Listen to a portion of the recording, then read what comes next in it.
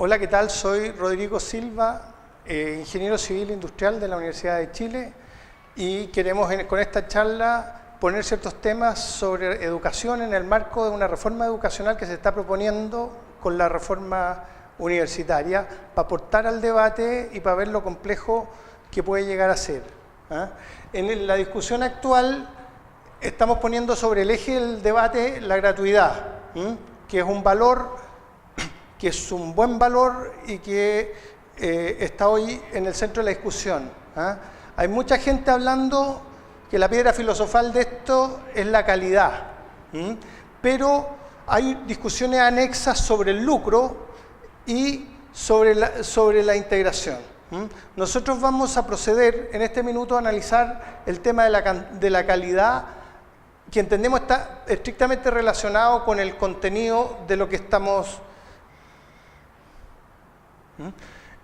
Entonces la pregunta es, ¿qué educación es la educación que queremos? ¿Qué significa calidad? Si nosotros partimos de la base que decimos educación sí, como lo ha dicho repetidamente la presidenta, y debiéramos estar todos de acuerdo, la inversión en educación es la mejor educación que puede hacer una persona. Los 20 millones de pesos que se gastan en una carrera quedan de sobra pagados y tiene mayor rentabilidad que cualquiera de las inversiones que usted va a hacer en su vida. Queremos que todos tengan acceso a pero ¿cómo va a ser esa educación? Y aquí empiezan las diferencias. Seguimos la conjetura de que la educación que queremos es pública. ¿Tenemos cómo creer que eso es así? Que es posible hacer educación de calidad y pública. Entonces van a salir aquí porque en estas tesis, tal cual en las tesis filosóficas, nadie gana por nocaut. Siempre hay un ejemplo de alguna sociedad que lo ha logrado con alguno de los modelos. Por eso el dogmatismo en esto no es una buena escuela. Entonces la gente va a decir, ¿sabe qué más? En Finlandia el tema está el después. Y otro va a decir, no, la educación privada es la que demuestra los mejores niveles y en Chile la experiencia dice esto o lo otro. Las preguntas no van a tener respuesta concluyente, lo que queremos aportar es a una discusión. Entonces, pero si decimos qué educación queremos, tenemos que hacernos ciertas preguntas mínimas de sentido común que nos permitan, por lo menos, saber si estamos muy locos o no. Yo estudié Ingeniería Civil Industrial, estudié con el mismo programa que estudió mi padre, que estudió 25 años antes. Él estudió con los mismos programas que probablemente estudiaron los ingenieros de 1920. Mis hijos están estudiando con el mismo programa que estudié yo. Han pasado 120, 130 años y resulta que seguimos estudiando con exactamente el mismo programa. Si vamos a reformar la educación, ¿sobre qué? ¿Sobre esa misma base? No sé, parece que se nos hubiera pasado inadvertido que en los últimos 20 años hay cosas que no existían. Está Internet, están las redes sociales, está Facebook, Twitter, está Wikipedia, está la posibilidad de acceder a una cantidad enorme de recursos y hay nuevas herramientas. ¿Cuánto de eso estamos abordando desde el tema ya solamente casi de la infraestructura? Si vamos a meter 8.000 millones de dólares más al año en educación, ¿qué colegios queremos? Queremos creer que la utopía que nos quieren vender, que nosotros vamos a ser capaces en los próximos 4 años de transformar colegios que durante toda la historia de la República, aproximadamente 200 y un poco años, no han sido capaces de entregar una educación de calidad. Y vamos a creer que le vamos a meter 8.000 millones de pesos y automáticamente va a aparecer un genio que va a transformar a toda la gente, las va a iluminar para entregar la mejor educación que podemos tener.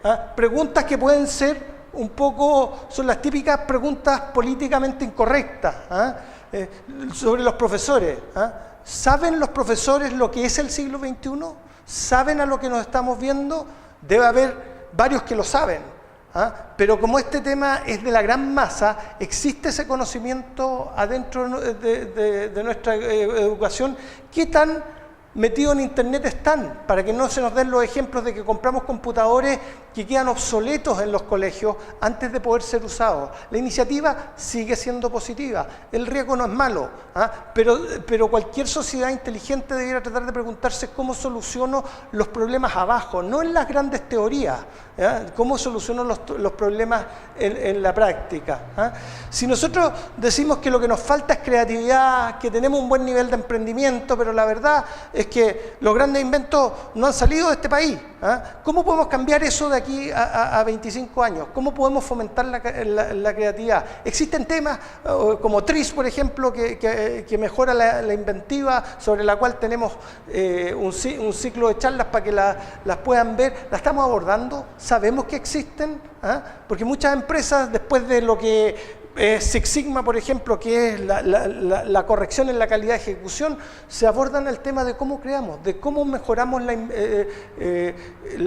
inventiva. ¿Tenemos la calidad de profesores para eso? A mí me parece que esta discusión se empieza a transformar en demasiado amplia, y demasiado amplia es difusa, y como no es simple, la solución, al final nos quedamos enredados como en una discusión metafísica, teórica, de cosas muy puntuales, y no vamos a lo esencial. Debiéramos preguntarnos un poquitito más si es que lo que estamos haciendo, si los paradigmas que tenemos respecto de educación son o no son paradigmas correctos. Entonces, nosotros tenemos distintas maneras de abordar la educación desde el punto de vista conceptual, que es nuestra educación. Chile en el siglo XIX, con mucha humildad, con visión probablemente para el tiempo, tuvo que optar entre el modelo americano, que venían de la independencia, y el modelo francés. Optamos por el modelo francés, que ha tenido, ni uno es completamente bueno o malo, que ha tenido ventaja en cierto tema y que ha tenido desventaja en cierto tema. Había otra alternativa, que es el pragmatismo de los americanos, más tirado al emprendimiento, a la cosa práctica. Y esto se traduce en cosas que van todas ligadas. Es un sistema holístico en el cual tenemos ¿cómo se llama? Los países conceptuales, porque tienen una educación conceptual. Los países pragmáticos, en general los de habla inglesa, es porque tienen una educación práctica. Los países relacionales, que son muchos de los países de América Latina, son los países que privilegian el contacto, el pituto, a quien conozco, si viene de tal familia o de tal grupo o de tal secta o de tal lo que sea, como China, tienen otro tipo de educación en la que le dan valor a esos elementos.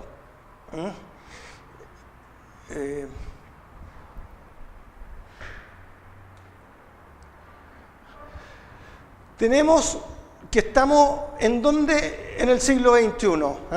Estamos en una sociedad del conocimiento y tenemos las alternativas de educación hacia abajo. Yo no veo ni una discusión respecto de cuál es la mejor educación. Se ve mucho en el aire decir, ¿sabes qué más? Somos muy teóricos, necesitamos educación más práctica. La educación más práctica es más técnica, y en general los países que son excesivamente conceptuales la desprecian. ¿Cómo llegamos al tema del relacionismo? Que hoy día es importante en el sentido de la empatía, de poder llegar a los sentimientos de la gente, a un tema más emocional, a lo que son habilidades blandas que están mejorando fuertemente la productividad. ¿Cómo combinamos una educación que pueda entregarnos todos esos elementos abajo? Para eso es necesario decir a qué modelo pertenecemos. Vamos a pasar más o menos rápido por el tipo de modelo que tenemos. Esta discusión estuvo en Chile, para los que creen, en 1912. Hubo una discusión entre Enrique Molina y Francisco Antonio Encina, en que discutieron respecto de qué tipo de educación querían. En ese minuto ganó la educación conceptual francesa, y resulta que trajimos profesores de Francia, venían desde antes, pero fue todo el fortalecimiento que hizo que el peso se inclinara hacia la educación conceptual. Y estamos, como diría Thomas Kuhn, tenemos un paradigma, y el paradigma está en crisis. Si hoy día queremos integración, si queremos más productividad, si queremos creatividad, el paradigma no nos está dando. El consenso es que tenemos una mala educación y la idea es ver cómo abordamos ese tema en el tema.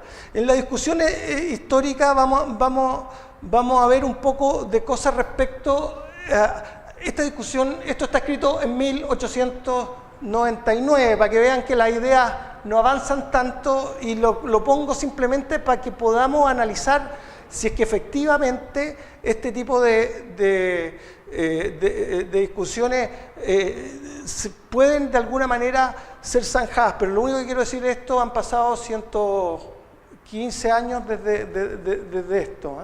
Y él notaba esta diferencia que no está en la discusión entre pragmatismo y conceptualismo, entre los latinos, donde nótase más la persistencia y la inclinación a títulos profesionales. Aquí la gente cree que sacar, y el paradigma que estamos persiguiendo con toda esta reforma es que tener un título va a solucionar los problemas.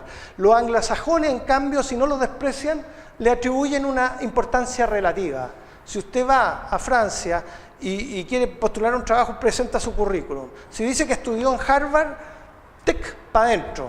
Un título. El título. Este gallo salió a Harvard, me va a solucionar todos los problemas. Si usted a un gringo le pasa eso y le dice estudié en Harvard, el gringo le va a decir: qué lindo, estudió en Harvard, pero cuénteme qué ha hecho, cuáles son sus logros, sus resultados. Aún en la manera de acceder a la universidad, nosotros accedemos a través de una PSU, antigua prueba de aptitud, que es excesivamente conceptual. Solo filtramos respecto a quienes tienen habilidades conceptuales. Nuestros ministros, casi ninguno tiene trabajo práctico, todos han sido pegas que son muy nobles, pero que tienden a fortalecer el entendimiento de problemas respecto de la solución práctica de esos mismos problemas. Se decía hace 100 años, hay pues una marcada diversidad de ideales entre los anglosajones y los latinos. El primero busca la educación pragmática, el segundo es afecto al título, al relumbrón. ¿De dónde, me pregunto, de nuevo puede derivarse esta marcadilla diferencia? La fuente de esa diferencia entre el anglosajón y el latino debemos buscarla, como dice Ferrero, en el antiguo Estado romano, gobernado por una burocracia enérgicamente centralizada. ¿Hacia dónde estamos tendiendo?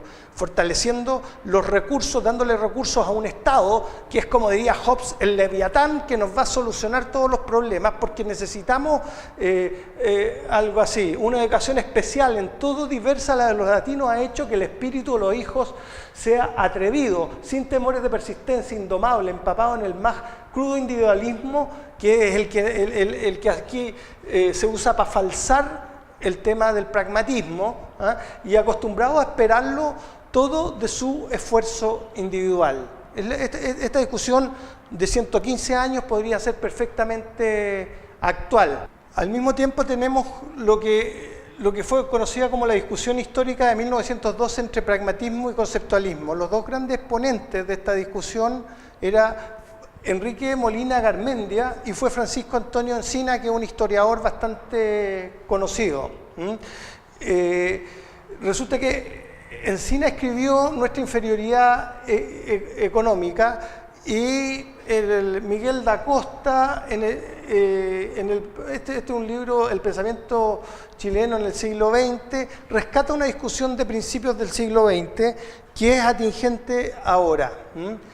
Entonces dice, Molina trata de deshacer lo que el autor de Nuestra inferioridad económica llama anacronismo Encina llama anacronismo de la enseñanza científica, o más sutilmente, el antiintelectualismo o anticientismo de la educación. O sea, Encina dice, hay mucho intelectualismo en la educación, cosa que de 1912 al 2000, los 102 años que han pasado sigue exactamente igual. No se escuchó entonces a Encina. Yo no estoy diciendo que Encina haya sido un profeta, pero yo creo que Encina tenía sencillamente sentido común. Encina cree ver en el culto de la ciencia que se le inculca al joven un rasgo de sobrevaloración que se crea en este frente al que no la tiene. O sea, lo que está diciendo Encina, los gallos que tienen capacidad intelectual, que han ido a la universidad, se sienten superiores a quienes no lo han hecho.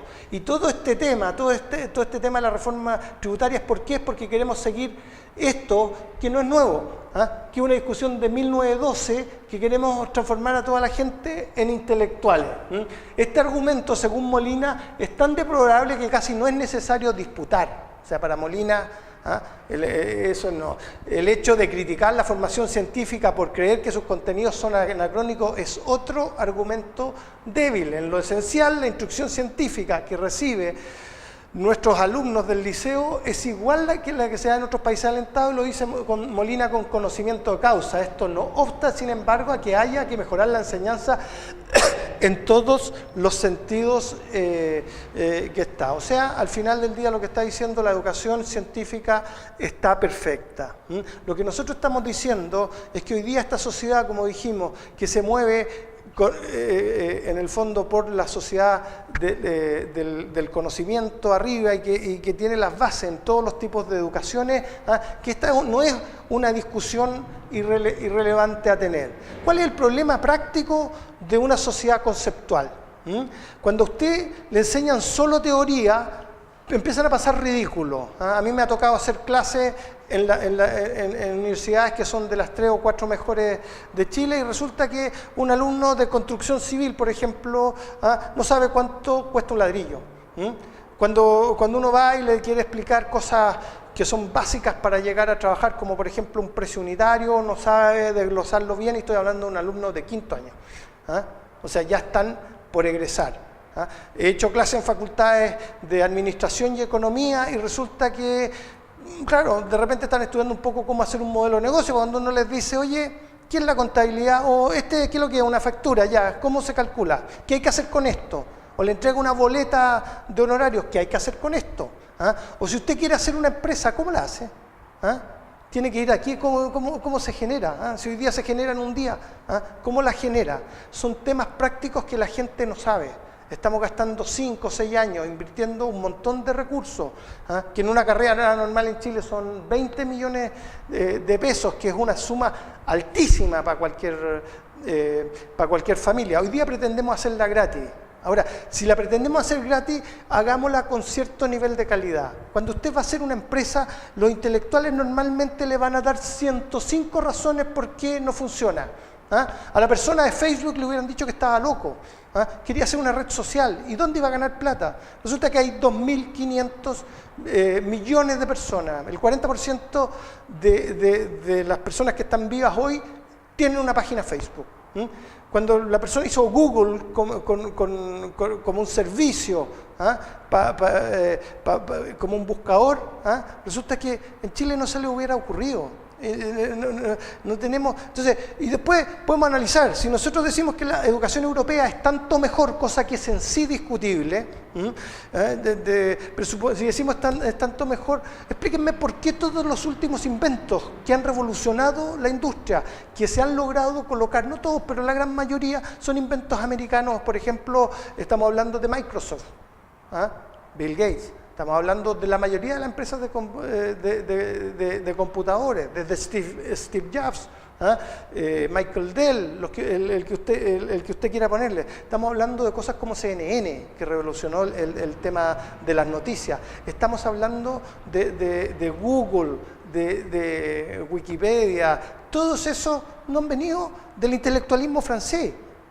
Han venido revoluciones prácticas que nos han cambiado y nos han agregado valor y nos han cambiado la manera de vivir. Giselman esto lo grafica muy bien cuando dice, mira, aquí hay dos grandes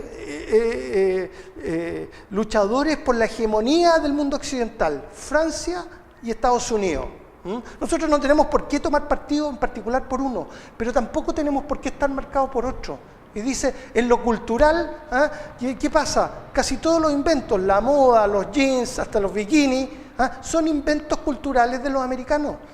No vienen de Europa. Entonces, y de repente nosotros nos paseamos, como decía esta discusión, y como decía Encina hace 100 años, despreciando a los gringos, no, estos gallos, ¿qué? Son unos incultos, no tienen esto, no tienen lo otro. Y al final del día yo creo que hay que tener un poquitito más de humildad intelectual.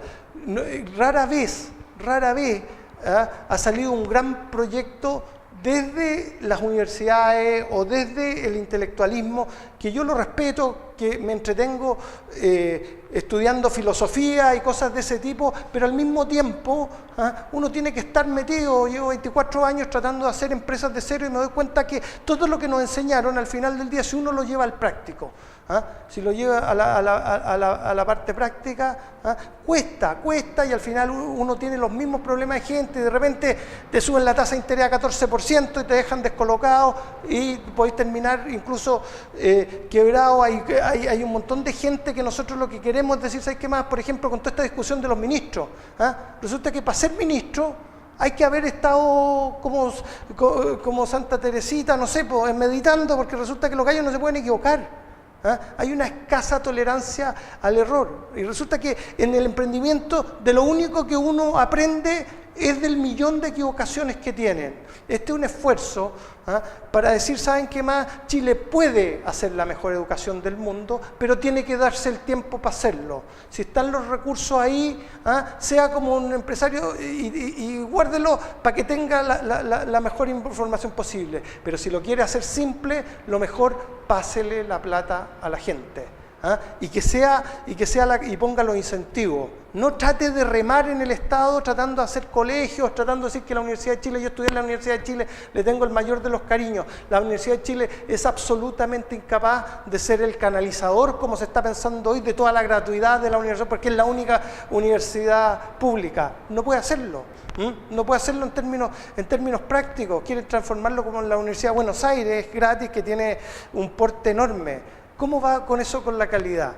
Si nosotros vamos a discutir ese tipo de cosas, debiéramos tratar de discutirlas en serio. Esa es la semilla de una discusión que es mucho más compleja, que tiene muchos más temas, pero que estoy seguro que con un poco más de humildad, con un poco más de ir a la práctica, podemos pretender romper un paradigma, no casarnos ni con el pragmatismo, ni con el conceptualismo, ni con el racionalismo nuevo, o sea, el relacionismo, y tratar de tener una educación que nos permita verdaderamente mejorar nuestra calidad de vida y alcanzar el objetivo final que tiene todo esto, que es tener gente feliz y tranquila, que es el camino, como la charla de Harvard, que tiene más alumnos en la historia, que es la charla sobre la felicidad, que al final lo que uno tiene. Pero hay que cuestionarse los paradigmas. Tenemos un paradigma con anomalías, y esta discusión tiene más de 100 años. Gracias. La educación que queremos es pública. ¿Tenemos cómo creer que eso es así? ¿Que es posible hacer educación de calidad y pública? Entonces van a salir aquí, porque en estas tesis, tal cual en las tesis filosóficas, nadie gana por nocaut. Siempre hay un ejemplo de alguna sociedad que lo ha logrado con alguno de los modelos. Por eso el dogmatismo en esto no es una buena escuela. Entonces la gente va a decir, ¿sabe qué más? En Finlandia el tema está el después. Y otro... Hola, ¿qué tal? Soy Rodrigo Silva, ingeniero civil industrial de la Universidad de Chile, y queremos con esta charla poner ciertos temas sobre educación en el marco de una reforma educacional que se está proponiendo con la reforma universitaria, para aportar al debate y para ver lo complejo que puede llegar a ser. En la discusión actual estamos poniendo sobre el eje del debate la gratuidad, que es un valor, que es un buen valor y que está hoy en el centro de la discusión. Hay mucha gente hablando que la piedra filosofal de esto es la calidad, pero hay discusiones anexas sobre el lucro y sobre la integración. Nosotros vamos a proceder en este minuto a analizar repetidamente la presidenta, y debiéramos estar todos de acuerdo, la inversión en educación es la mejor educación que puede hacer una persona. Los 20 millones de pesos que se gastan en una carrera quedan de sobra pagados y tiene mayor rentabilidad que cualquiera de las inversiones que usted va a hacer en su vida. Queremos que todos tengan acceso a pero ¿cómo va a ser esa educación? Y aquí empiezan las diferencias. Seguimos la conjetura de que el tema de la calidad, que entendemos está estrictamente relacionado con el contenido de lo que estamos... Entonces la pregunta es, ¿qué educación es la educación que queremos? ¿Qué significa calidad? Si nosotros partimos de la base que decimos educación sí, como lo ha dicho